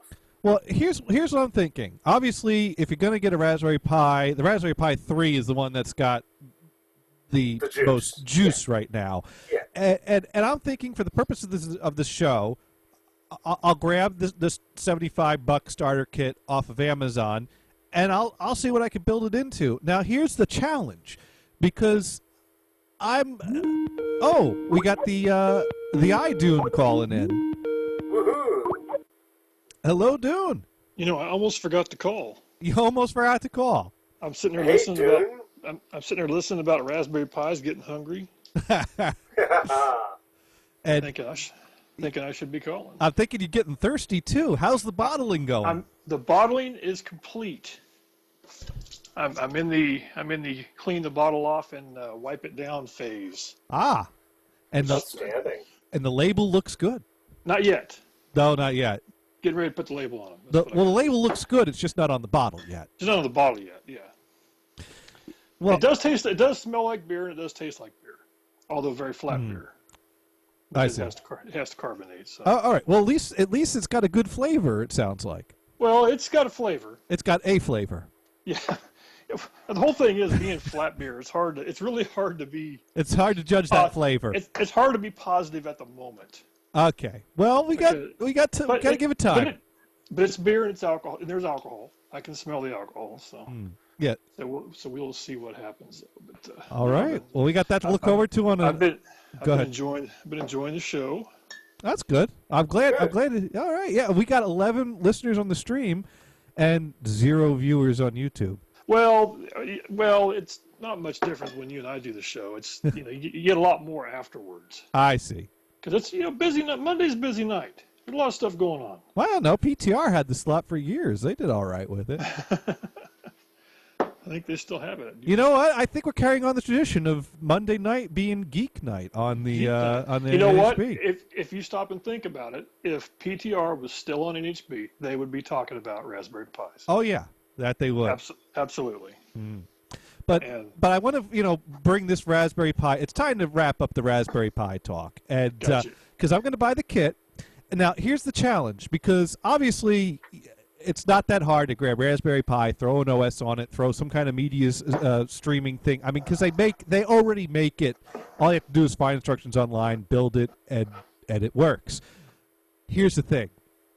I'm storing all kinds of music. I got multi-channel FLAC files because I got DVD audios that I ripped, and then plus I've got SACD ISO images. Now I know that there are things that will play SACD ISO images, but then there are people that are extracting the SACD ISO images to DFF files, which is a basically it's kind of like extracting WAV files or FLAC files off of a DVD, but in this case, SACD holds DSD digital audio, so WAV and MP3 and FLAC, those are not DSD digital formats. So DFF is kind of that. Now, I tried extracting an SACD ISO to a DFF file, and I found out when you do that, it makes it take up twice as much space as the ISO file does. So as much as I am opposed to the idea of storing my SACD collection in the ISO format, in my quest to keep my data within 8 terabytes of storage, that's how my SACDs are going to be stored. So my player has to be able to read an SACD ISO image, which JRiver Media Player does, and I think you can get that on a Raspberry Pi. So, but I'm going to experiment. I'm going to buy the kit, try all the different things, and you could get the updates every week and find out what Gators likes. Yeah, I always thought the whole idea behind Raspberry Pi was just to make it do really stupid shit that nobody needed. I thought that. No, you can make it do cool stuff. Those are the Well, projects. I mean, you can look at it that way, but remember, it is low priced for the education market. They wanted to build it as cheap as possible, which is why they didn't go to USB 3 and faster internet connections or Wi-Fi and all that kind of stuff. They wanted it to be cheap. You know, well, for people to learn, so they have flashing lights and Hello World and all that kind of. It's cheap, crap. But you could do a lot with it. I'm talking about the stuff that's fun. Like somebody will have it, like it'll control a light switch. Yeah, that's right. A lot of home automation stuff. It happens to be right next to the light switch. That's what makes it fun. that's the beauty. Yes. Yes. Yeah, that's what I'm saying. It's stuff like that I like. You can do the stupid stuff, but there are real life applications for this. In fact, I saw a guy who was talking about, yes, I just put my Raspberry Pi application into place. Oh, what is it? Oh, it controls a gate to access his farm. A gate controller? I mean, didn't you already have one? But I mean, that's what people want to do. It's right. It's different. I mean, you look at some of these, like a refrigerator will have all this, techno gadget plugged into it. It's like, what do you need all that for? All I want is a cold beer. Yeah, well, right? in my case, there are other boxes out there that stream things. Now, I've not played much with an Apple TV, but that's more of a video-based thing. I got the Roku box, but I can't stream 5.1 surround sound FLAC on that. And there was this box that what company made that box? There was this one box I found that did multi-channel streaming of FLAC files. And it was made by was it Netgear or what company was it? One of those companies. But the thing was a complete piece of garbage. It kept on crashing, and I'd have to I'd have to force it, pull the plug out of it to power it down completely, and then it got to a point where it would freeze when booting up if it was connected to the network while booting up. So I'd have to boot it up, let it come up, and then connect the network cable back to it, and then it would crash again before I even got through an album. And so that's when the first thing I thought of when I heard about the first Raspberry Pi was, oh my God, credit card size HDMI, you could stream music on that in surround. So that's cool. That is, so now I'm going to play and see if I can figure out the ideal way. Now, here's the sad thing. I mentioned that. But also what you want to do is look to see if anybody's developed an app, look for Raspberry Pi FLAC file streamers or something. I've already seen there's multiple things that do this, and I'm going to try a few of them and try it out myself and see how it actually, because there's reading about it and there's doing it, and I'm going to do it, and you're going to get the updates every week. In fact, like I was doing some research on basically video screen grabbers, so I could do something on the Pi while it's creating the video of what I'm doing, for instructional purposes. And there's several of them out there, and I've tried them, and there just isn't enough processing power in the Pi to really do that well. That's too bad.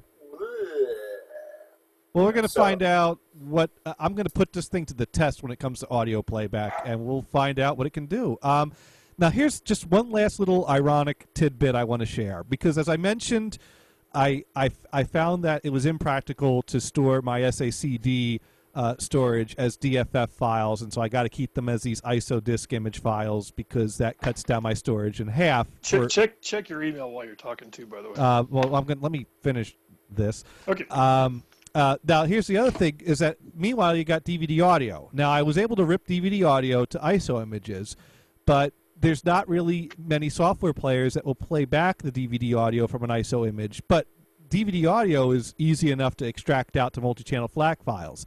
However, an SACD ISO image is strictly audio. No video, no presentation.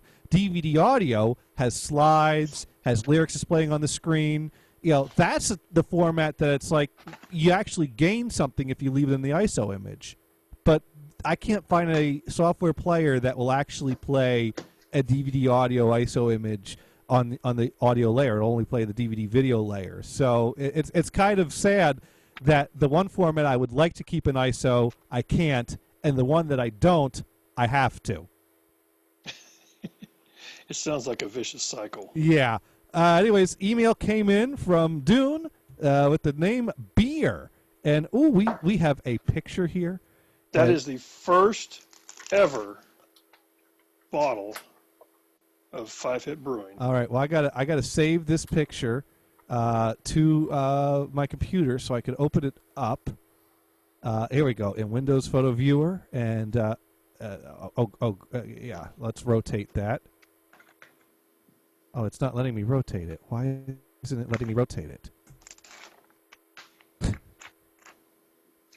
It displays the right way in email, but when I download it, it doesn't display correctly. All right, let's. I blame Apple. Yeah, I do too. All right, no, that's not what I want to do. Save the damn picture. Everything I click on to download it doesn't download it. All right, there we go. Save file, open file, and now I can rotate it, and now I can zoom in a little bit, and now we're going to screen share it. Yay! So that way Brian can see it because no one else is watching. Screen share. I'm sitting at the edge of the chair waiting for this to come up. Okay. There it is. That right there is Dude's Brew. Oh, there it is. Ta-da! Beautiful. Yeah. Right. Dude's beer. Can you zoom in? Can you zoom in too? Yeah, you can zoom in, right? No matter what it tastes like. There you go. Oh, beautiful. The bottle looks great. Yeah. Absolutely, it's beautiful. And I'm saving a shit ton of money by doing this myself. Yeah. I figured the cost up to just over $6 a bottle. That's all. That's not bad. That's not bad at all. I tell people at work that, and they go, that's kind of expensive, and I'm going like, that's kind of what I was getting at. Yeah, right, exactly. Yeah. They weren't sure. Cheap at twice the price, right? That's right. Why have one when you can have two at twice the price? Exactly. So we'll see what happens. I'm gonna get 3 of these at least bagged up and set somewhere. You could stand at the roadside with a big cardboard sign. Brewing my own beer, need money to do that. Yeah. Well, anyways, while we got you on the line here, and we got everyone here, it's that time. And if you're listening to this, you might want to go check out the YouTube link because we're gonna, we got video here, and we got a box, and we want to know what's in the box. Yes, I do want to know. No, I can't watch yeah. it, but I'll trust you to do the radio thing. There we go. So first we take a bag. We take a bag. An ordinary bag. The Woot people took the ordinary bag, or a bag box. They both start with B. There's nothing special about the bag. Now let's see who manufactures this box. I don't think this is a Tharco. Oh my God! Some regular old I don't want to say the name of the company that manufactured this box. Yes, please don't, because I know the one you're talking about.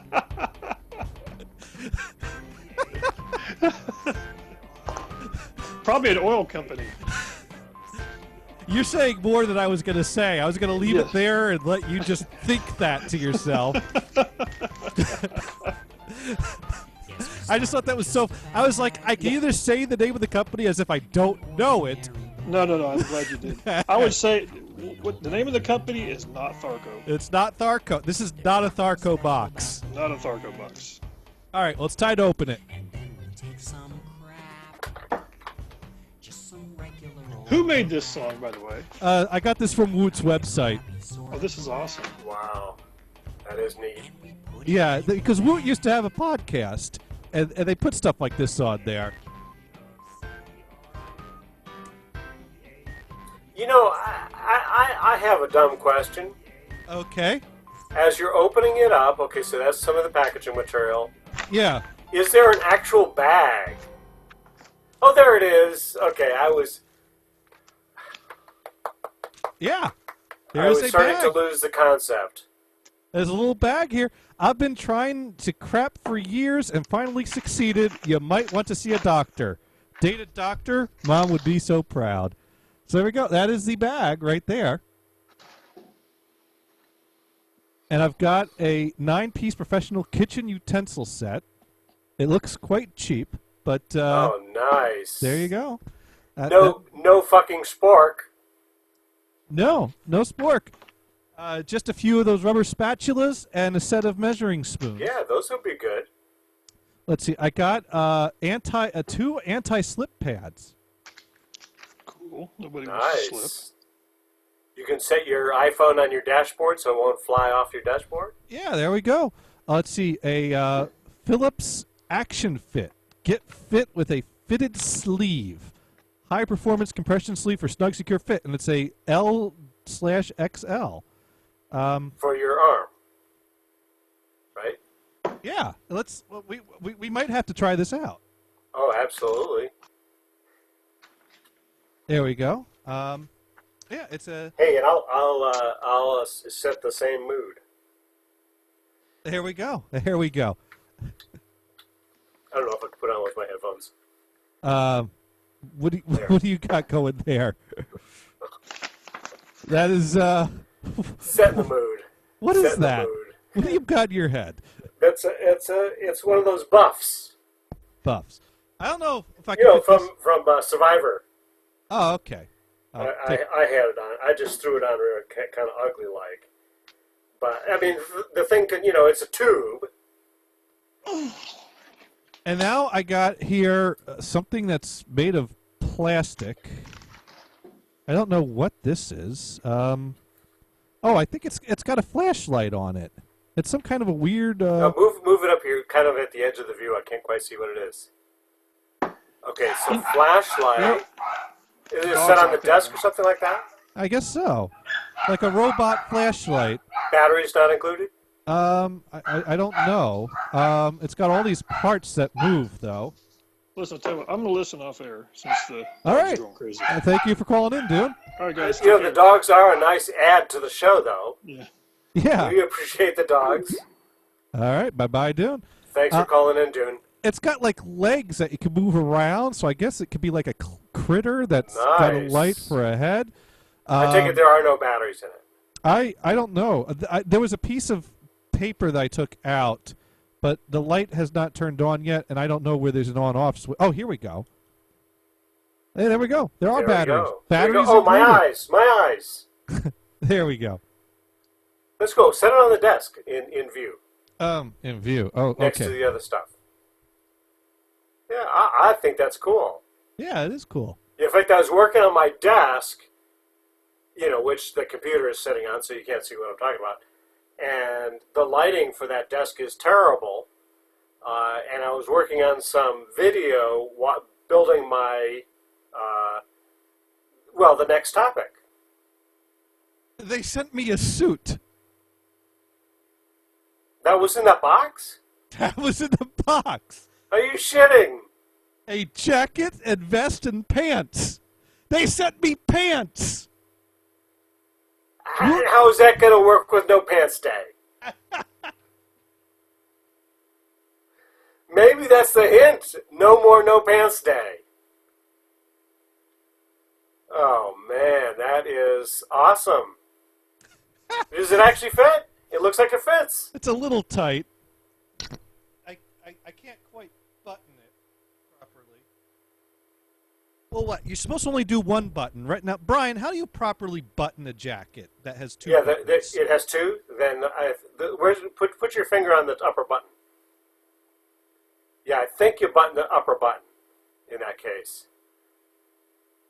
Like if it's a 3-button suit, then you button you button just the middle. Well, as you can see, this is stretching a little bit. Yeah, it's a little bit. I don't know. Maybe I can give it to my brother. My wife and I were just watching TV casually, and some commercial came on for something. I don't remember what it was. It might have been Men's Warehouse, but all the guys stepping on the stage wearing the suits had these tight suits. It's like, holy crap! Is that the current style? Is to be, gasping for air? It's a very tight. It's a slim fit, size 44R. So yeah, slim fit, not quite the right fit for me. Let's see what the pants are. But I think it'll look decent. Yeah, it looks decent if I don't button it. Yeah. But, sharp casual, so we say. And these are a size 38 pants, so I'd have to lose a little bit of weight before I'd fit into this. So I don't know if this is... Now, how did they pick that size? Do they know your size? No, the way the Woot Bag of Crap works is, it's a way for them to just unload whatever crap happens to be hanging around the warehouse. So it doesn't. They don't care if you have any use for it or not. You just hand it to them. So if they sent you a size 28, yeah, shit happens, bud. Yeah. But I'm just amazed they sent me a suit. And that fit in that box. Yeah. I'm just astounded. They sent me a suit. Was it like rolled up and unreal? I mean, it was folded up in there. Yeah. Well, it is a bigger box, yeah, I guess. But wow. So is that the last item? Yeah, it was the last item. It's a That's Gianni Uomo gold label Superior 140. I wonder what the suit's worth. Maybe I could sell this on eBay for some money. Is that an Italian name brand suit? You know what? I'm gonna have to Google this. In fact, does it say made in any place? Let's. No. I'm gonna Google this brand name. Gianni Uomo. Oh, 3-piece suit kind of autofills there. Let's see what we got here. This might be worth something like $200. Yeah, but you only got 2 pieces, though, right? You didn't get a vest, did you? No, I got a vest. I got a pants, vest, and suit. It's a 3-piece. Oh, that's awesome. Yeah. That's amazing. You can get Groupon has a $10 off coupon. Buy one get one free. No, that's someone. That's let's see, Gianni Uomo. They're no longer available through here. Over 1,000 bought. Dry clean only. Not bad. Not bad.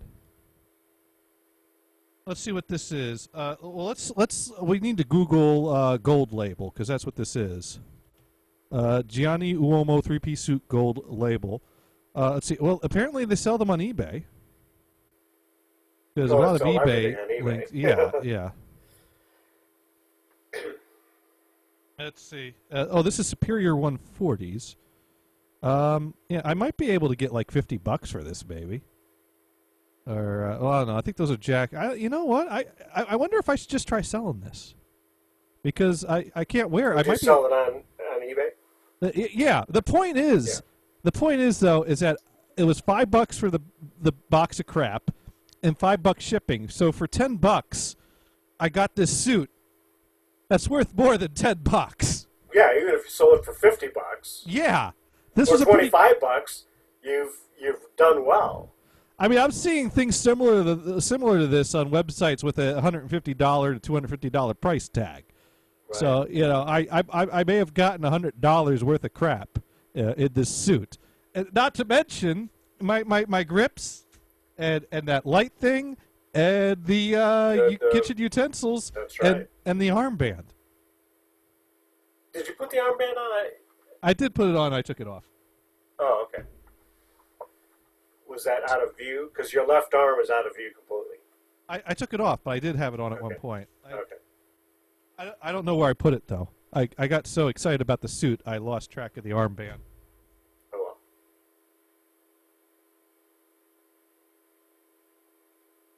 Sorry, I lost it. Oh, but here's my light. I think the light is cool. I like the light. Now, there's nothing here I can really convert into anything, though, because I'll be right back. And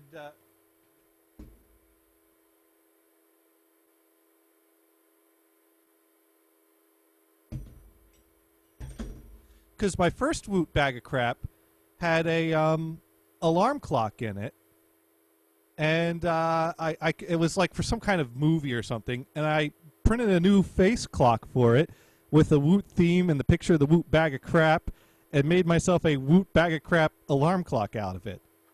Oh, that's cool. Yeah. That's a cool idea. Yeah, so that was, my little memento for my first bag of crap. And my second bag of crap had nothing good in it. I think, I don't even remember what was in that. It pretty much got tossed out. Wow, I got a suit. Thank you, Woot. Thank you, That's Woot. amazing. That is totally amazing. Yeah. Now, here's the funny thing, is that Woot basically sent me an email once it's sent with the tracking information, with the subject line, "A disappointing bag of crap is headed your way. We're sorry to tell you that you've done it. You've gotten a bag of crap. No, don't cry and throw a tantrum. You made this decision of your own free will. Nothing can stop it now. You're getting a bag, and that's that." So they chalk this up as if it's crap, you don't want it, and they sent me a suit. Sure, it doesn't fit me, but it's a suit. It's amazing. It's totally amazing. Oh, that right there. Thank you, Woot. You made my day. That is That's amazing. You know what? I think I have to take a picture of this now and share this on the thread, the discussion thread. I want to see if anyone else has gotten a suit. Let's see. Some people got letters. Oh my God! Now I'm a little jealous. I didn't get a letter. Wootbot is worried that you may not want the other things. Could you please send him a message if you do want it? You must promise to post what you get. I'm not sure what this. I'm going to have to look into this. Some people got letters with instructions. This was a good round of crap, it looks like. People got some cool things. Let's see. Someone got a Campbell's Soup thermos, Star Wars toy, Woot monkey. Another person got one of the Action Fit armbands. I have to take a picture. I have to take a picture of this. Can I take a picture while I'm streaming? I guess I could. Let me just get my camera to come into focus again. And I'll just take a screenshot. You look a little fuzzy, or is that me? No, my camera sometimes doesn't focus right. There it goes. All right. So now I'm going to stick the camera on me. I'm going to open up the snipping tool. There we go. Snipping tool. Oh, well, this doesn't work. Okay. All right, so now I'll hold this up. I guess I should. All right, posing for a picture.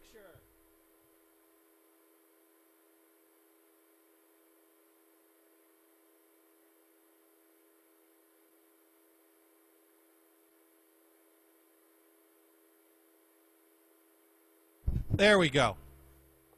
Awesome. I have taken a picture. I'm going to save it now and post it to the Woot forums. Is there anything else you want to say about what we had to look forward to? I don't think you ever really got to what you built.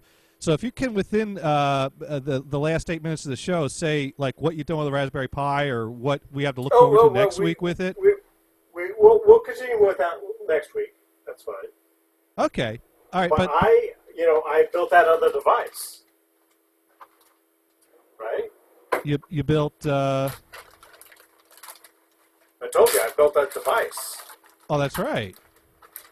And so, we're done with Pi time. We are moving on to...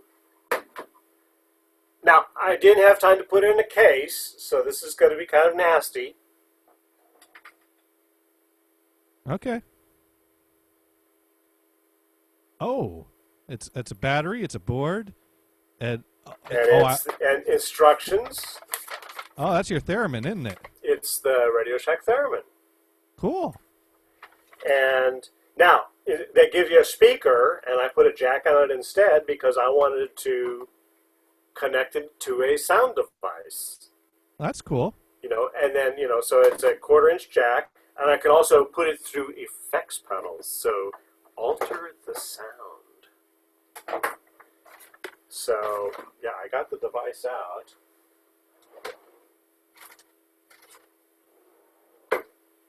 Oh, where's my cable? I don't know. I left that in the bag. So I plug in the guitar cable. Okay. This is a little guitar amp. And we plug in the deal. Of course, with it all not mounted, it just flies all over the place. Okay. And so do you have an enclosure you're going to put this in at some point, or you just? Yeah. I have a box. It's a huge box, but it'll fit the battery. It'll fit the the 1/4-inch jack. I'll have a little slot for the switch, and there's the sensor. Yeah. Let's see if this is going to squeal at us. Power on.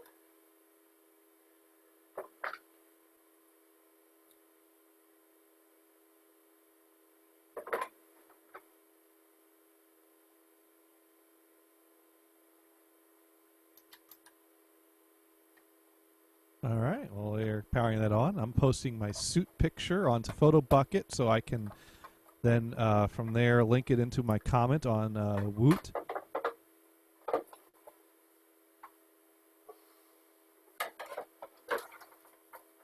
And yeah, it's gonna be cool. We're gonna hear the sounds of the theremin. So at this point, we're hearing the sounds of silence. Yeah, well, I just realized we didn't even get to your. We haven't even found out the real question on people's minds. How many houses does Brian own at this point? Oh well, just 2. Just 2. Oh, so yeah. We were going for a 3rd house, and the deal fell through because water was not going to be provided with it, or adequate water. And that's a problem. It's a California thing. Yeah. Yeah, Bit of a water rights is a nasty topic. All right, let's see.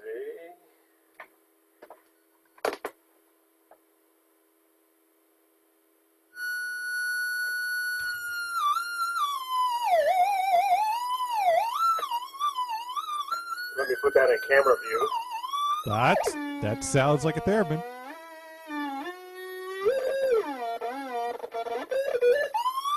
Kind of going random on the sounds here because I'm jockeying with it. So, all confused up. That's not ear piercing at all.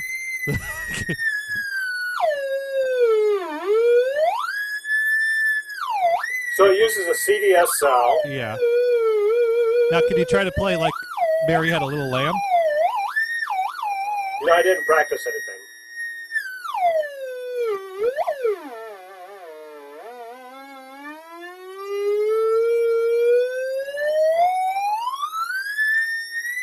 That's kind of cool. So you can't, but not even Mary Had a Little Lamb?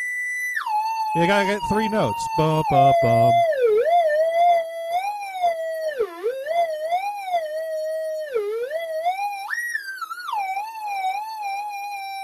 It's very touchy.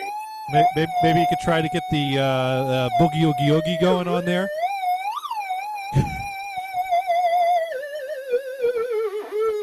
Hey, there we go. I think we found our new opening theme music. Sorry. Holy. That wasn't the off button. Thank you for deafening the Yes. audience there. Right. So anyway, so that's the thing. It'll be a little easier with the case because I have wires all over the place. So you know, it's pretty funny. But on that note, it's time to put our first episode of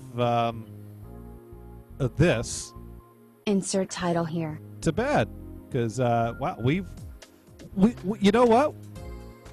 I don't know if this was the greatest show I ever did, but we've successfully completed an episode, and that We in made it itself, to the end. that in itself is an accomplishment. And the other thing is I started the show without a free suit, and I ended the show with a free suit, courtesy of woot.com. Thank you, Woot, for my suit. What a beautiful suit. There we go. Just think, I could sell this, and I might get enough money to buy a Raspberry Pi kit. That's true, you could. There we go. That's good. There we go. That's so. You know what? I think we're going to try to keep a tradition here. That I said I was starting to go over a new show, but we can carry over some things from the old show. We brought the studio audience with us. We brought the drummer because we want to keep him employed, and we brought the drummer also is the ringer of the wacky horn. So, but we're also going to bring our closing tradition. What have we learned? Because I think we have learned some things here today. So Brian, what have you learned? We have learned that this all can be possible. A little perseverance, and it can make it happen. Not sure if I've only seen myself on the postage stamp size image. I'll have to go look at post processing and see how it looks. But if anybody has any feedback, if the mounted camera in the laptop does the trick. It's not the greatest camera, but it gets the job done. Yeah. But yeah, you now, might. of course, we did switch over to sound on the headphones. Right. I think that's doing a decent job, right? It did all right. I mean, you know what? If this takes off, maybe we'll be fitting you with a little mixer and a microphone, because certainly there's a difference in quality of my voice and your voice. Because of course, I'm sure, yeah. Right. So there's kind of that contrast there. But right now this gets the job done. But yeah, if you take to liking this, we might we can upgrade as we go. But for now, I think. Right. You know me, I've never been nitpicky about, well, you must meet these specifications in order to do internet radio. Well, I mean, to me, I look at it is, the notebook computer, picking it up and swinging it around. Tell me when to stop doing that so you don't, stop barfing. You can stop. I was watching several years ago when YouTube was still new. I was following this guy that would do very regular YouTube videos, and he would do some travel videos as well, and he was just using a laptop like this, and he walked down this little trail at this mystery spot as he was talking along to the laptop computer, and when he came to the end of the little trail, he turned it around and surprised everybody. He was at the Grand Canyon. Call from 192. Do you have to take that? Is that really got someone's phone number? Call from 1. Oh, whoa, no, we don't want to know where the call's from. Oh, stop reading numbers. 3, 4, 6, 1, 1. You know what that just call. You know what that just reminded me of? Remember that one time? There would be times where I would pretend like I was talking to myself, unaware of talking to myself while typing in a password. And I think you were standing behind me while I'm typing in a super secret password into the computer, and you could see the password I'm typing, and you could hear that what I'm saying, I sound like I'm actually saying what I'm typing, but you saw completely different characters being typed from what I was saying. And you started laughing. And it's like, yes, someone got my little inside joke to myself. I was so pleased with myself that day. I was watching recently. I was watching this YouTube video of these techno dweebs, right? And you know they have all these different cameras. They really had a nice setup. Different cameras going along, and the host, you know, pulls up this iPad to show something on an iPad, and types in the access code to get into the iPad right in camera view. It's like I can see that shit. It was funny as hell. Yeah, So, that's no. Yeah. Dune writes in, I think he wrote this in when you made the theremin get really loud. I hope his wife comes in and yells, "What the fuck?" Right. I guess she knows the camera's on though. I guess you warned her. No, camera, live feed. Oh, that dude writes in, "Holy actually, poop." she doesn't know. Oh. But she's not in the house right now, so so is, far the embarrassing moment hasn't happened. Which is why she didn't come in and was like, "What the fuck?" Right. That would explain it. She's been Monday nights might not want to hang around the house. Right. Right. Well, yeah. I mean, the thing that makes it work is that she works late. So you know. I don't know if that was her calling, but in fact, it's kind of early. A lot of times she's calling at about 8. So. That's right. Oh, yeah, it's earlier there than it is here. That's right. But anyway, so, but what have I learned tonight? Well, you know what I've learned? I've learned that we still don't have a theme song because we only got one more vote, and that vote was for the comedy theme. So we got one vote for the rock. So we have a tie to break. We got a vote for the rock, vote for the comedy. Now, I thought the techno was a nice high energy. I was kind of leaning towards that, even though originally I really liked the comedy. But then when we were talking and we picked out the techno, I was like, oh my God, that fits so much better. But we got a vote for rock and a vote for comedy. So I'm going to leave the poll up, and I'm going to promote it on Twitter and thing all week long. I'm not sure if I could post. I'll have to post a sampler or something. And we'll try to figure out something. We'll have a theme by next week. But right now, we got a tie. All right. Dune writes in, mashup. Oh, that's right. We could... You know, I had so many funny ideas because Dune wanted to do a mashup. He suggested that. And I was like, well, I could probably do that during the show. Bring up an audition and try to mash them up live on the show. But we actually had content. So, no, but what I've learned is that we've got a tie to break. And I learned a lot about Raspberry Pi. And I learned... good things do come in Woot bags of crap. So thank you everyone for listening. Amazing things come. Amazing things. Right. All right. Well, hey, this has been a fun-filled edition. Be sure to check out nhbradio.com. Like us on Twitter. If you want to download the podcast, podcast2.com, TWO, podcast2.com. Facebook.com/podcast2, TWO, will get you to our Facebook page. Like us on Facebook. Also, we have more live programming on NHB Radio all week long. Tomorrow night, Vamp goes on with ADHD Radio.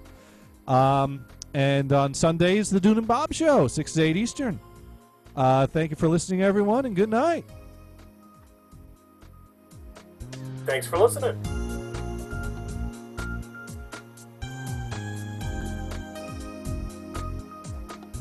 You gonna flash the title one more time? Title? No, I was just going to fade out and stop. Oh, okay. Flash the title where? The yeah. sound of the title. Yeah. Oh yeah, because and you've been listening to Insert title here.